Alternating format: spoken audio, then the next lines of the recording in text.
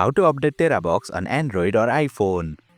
Hey there, welcome to Insightful Tutorials. Without further ado, let's get started. Open Play Store on your Android device or App Store on your iOS device. Tap on the search icon at the bottom. Then tap on the search bar. Type Terabox and search for it. If the update button is available for Terabox, it means you can update the app to access the latest features.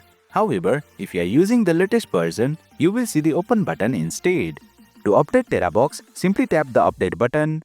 Then, Terabox will start updating on your device. Please note that the installation may vary depending on the update size and your internet speed. So please be patient. Once the update is complete, you will see the open button. Simply tap on it to launch the updated app. And boom! You have successfully learned how to update Terabox on your mobile device. That's it for today's video. If you found this video insightful, please don't forget to hit the like button and make sure to subscribe to our channel for more insightful tutorials.